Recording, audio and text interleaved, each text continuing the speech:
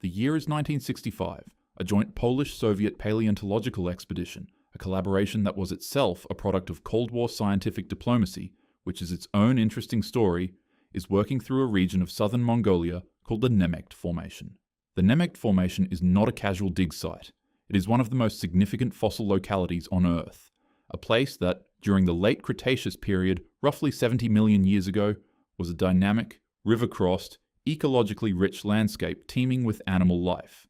Today, it is desert. The rivers are gone, the animals are gone, but the bones remain, locked in rock, waiting. The expedition knew this. Previous digs in the Nemegt had already produced remarkable specimens, large sauropods, theropods, early mammals, and a catalogue of late Cretaceous life that had made the formation famous in paleontological circles. So the expectations were high, the team was experienced, and the work was being done with the kind of methodical seriousness that significant scientific expeditions require. Leading the Polish side of the expedition was Zofia Kielan-Jaworowska. Kielan-Jaworowska was, by this point in her career, already a figure of considerable stature in paleontology, one of the few women leading major fossil expeditions in the world during the 1960s, in a field and an era that did not make that easy. She had spent years organizing and executing expeditions into Mongolia, during a period when doing so required navigating not just the physical difficulty of the Gobi, but the political complexity of Cold War international scientific cooperation. She was not someone who went to Mongolia for a casual look around. She went because she was among the most capable people on Earth at doing exactly this kind of work.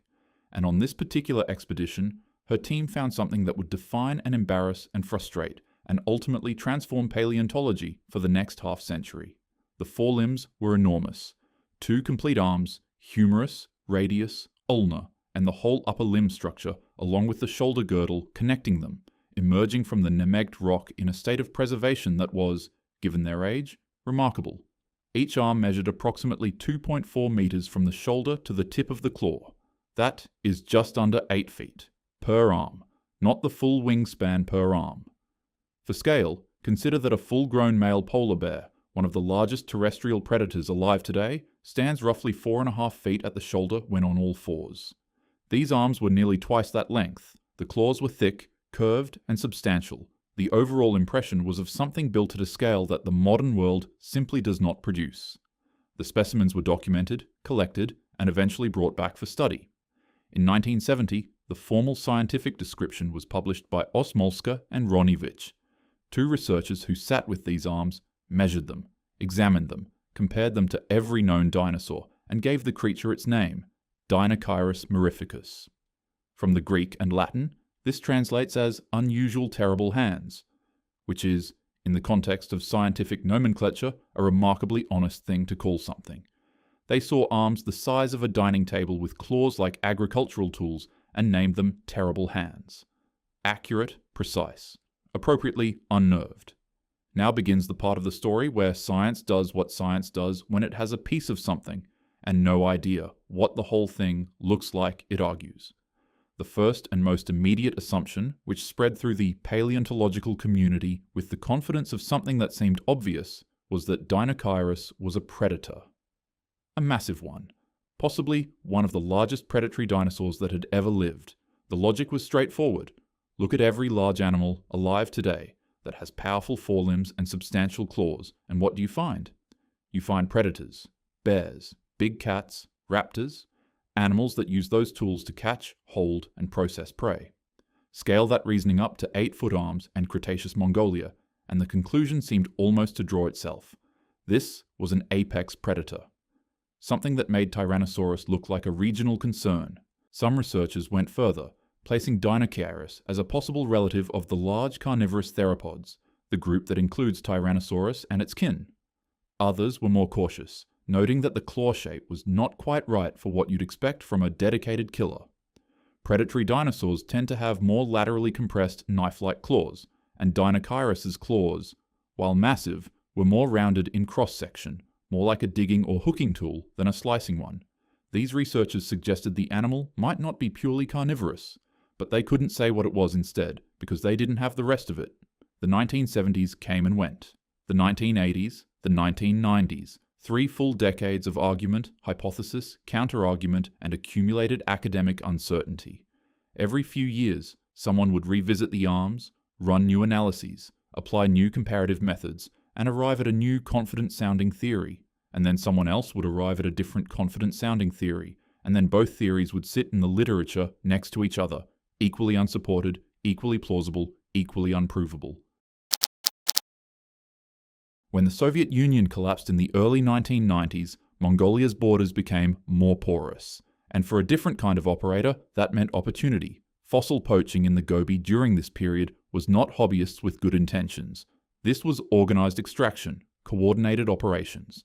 People who knew exactly where to dig, how to remove specimens, and how to move them across international borders into private collections.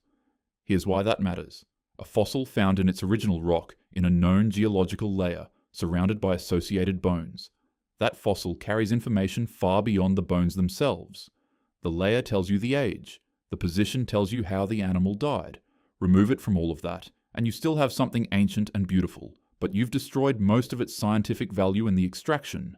And among the material taken from Mongolia during this period were parts of Deinocheirus, additional skeletal elements that could have begun answering the question that had been open for 30 years. Somebody dug them up, somebody sold them, and they ended up on a shelf in a private European collection. The most famously mysterious dinosaur of the 20th century had additional material. Scientists had no access to it, and, for a time, didn't even know it existed. Through the informal networks that paleontologists maintain across institutions and countries, awareness eventually emerged. The bones were identified, their origin was established, and through a complex process of negotiation, the specimens were repatriated to Mongolia.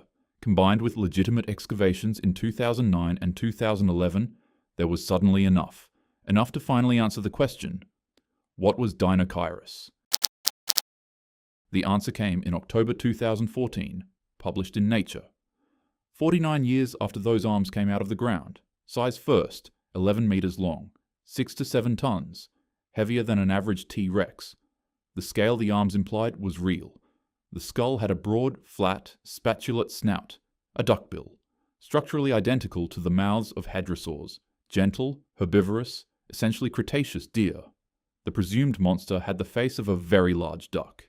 Rising from the back were dramatically elongated vertebral spines, either a sail for thermoregulation or a fatty hump for energy storage, possibly a display structure, almost certainly doing something. Exactly what remains an open question.